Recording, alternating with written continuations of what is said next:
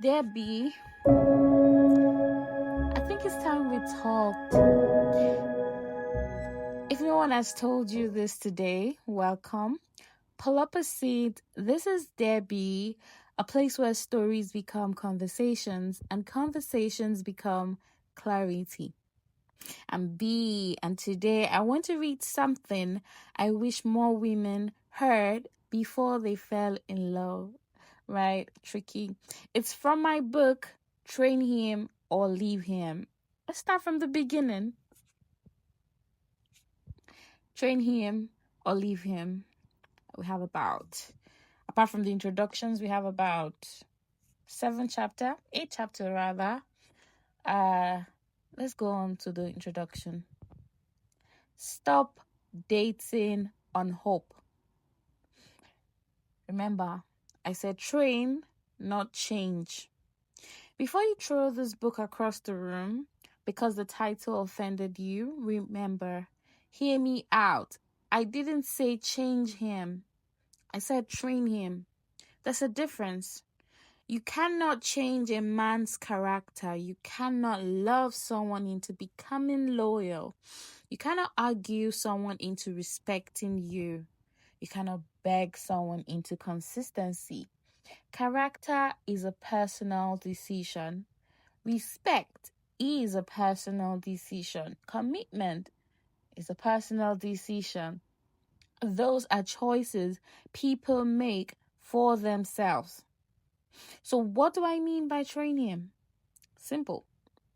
You train people how to treat you by what you constantly accept, reject, reward, and walk away from. Every time you excuse disrespect because he's having a bad day, you teach him that disrespect has no consequences. Every time you abandon your standards just because you're afraid he'll leave, you teach him that your boundaries disappear under pressure.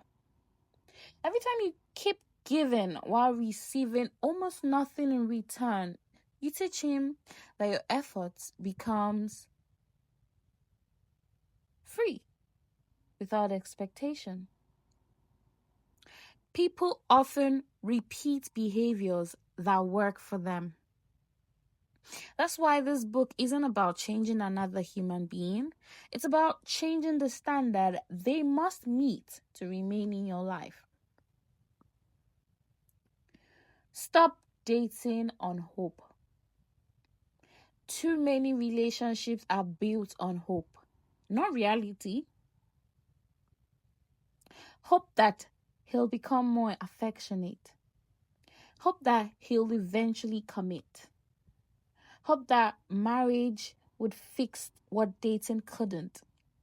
Hope that children will bring you closer.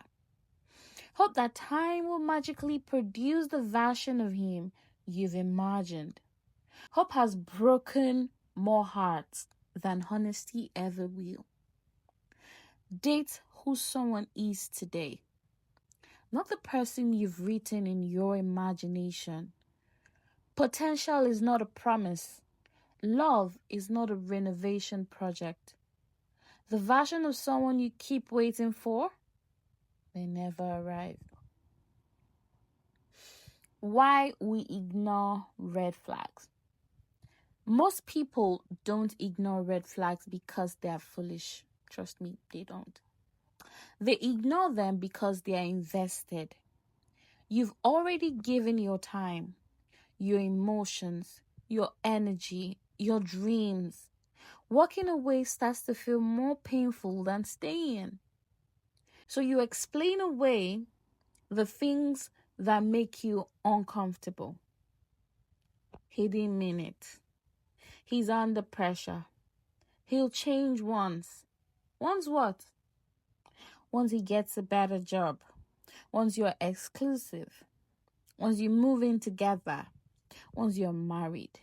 There's always another once. The uncomfortable truth is that the first red flag rarely destroys a relationship.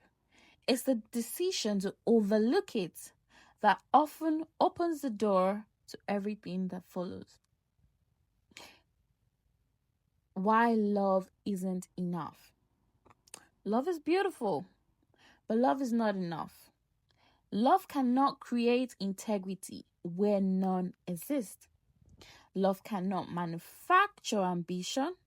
Love cannot force accountability. Love cannot replace respect. Love cannot make someone choose you every day if they don't want to.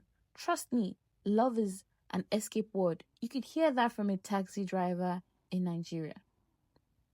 Many people stay because they love someone. Very few stop to ask whether they are also respected, valued, appreciated, and emotionally safe. A relationship without respect would eventually make love feel exhausting. Choose both. Never settle for only one. The cost of losing yourself. This is the part nobody warns you about. You don't lose yourself overnight. It happens slowly. You stop speaking your mind because you don't want an argument. You stop seeing your friends because you're always making time for him. You stop pursuing your goals because you're busy helping him pursue his. You become smaller so the relationship can feel bigger. One day you wake up and really recognize yourself. Not because someone stole your identity, but because you slowly traded pieces of it away. No relationship is worth the cost of your peace. No relationship is worth abandoning your values. No relationship is worth becoming a stranger to yourself. The saddest breakup isn't always losing the relationship. Sometimes it's realizing you lost yourself trying to keep it. Why this book exists? Someone once said that every relationship should leave you with something valuable. Not just memories, a skill, a lesson, greater emotional intelligence, clearer standards, a stronger sense of self. That idea changed the way I viewed relationships. If someone is going to occupy your time, your heart, and your future, the experience should contribute to your growth, not diminish it. This book is not about becoming cold. It's not about playing games. It's not about manipulating people.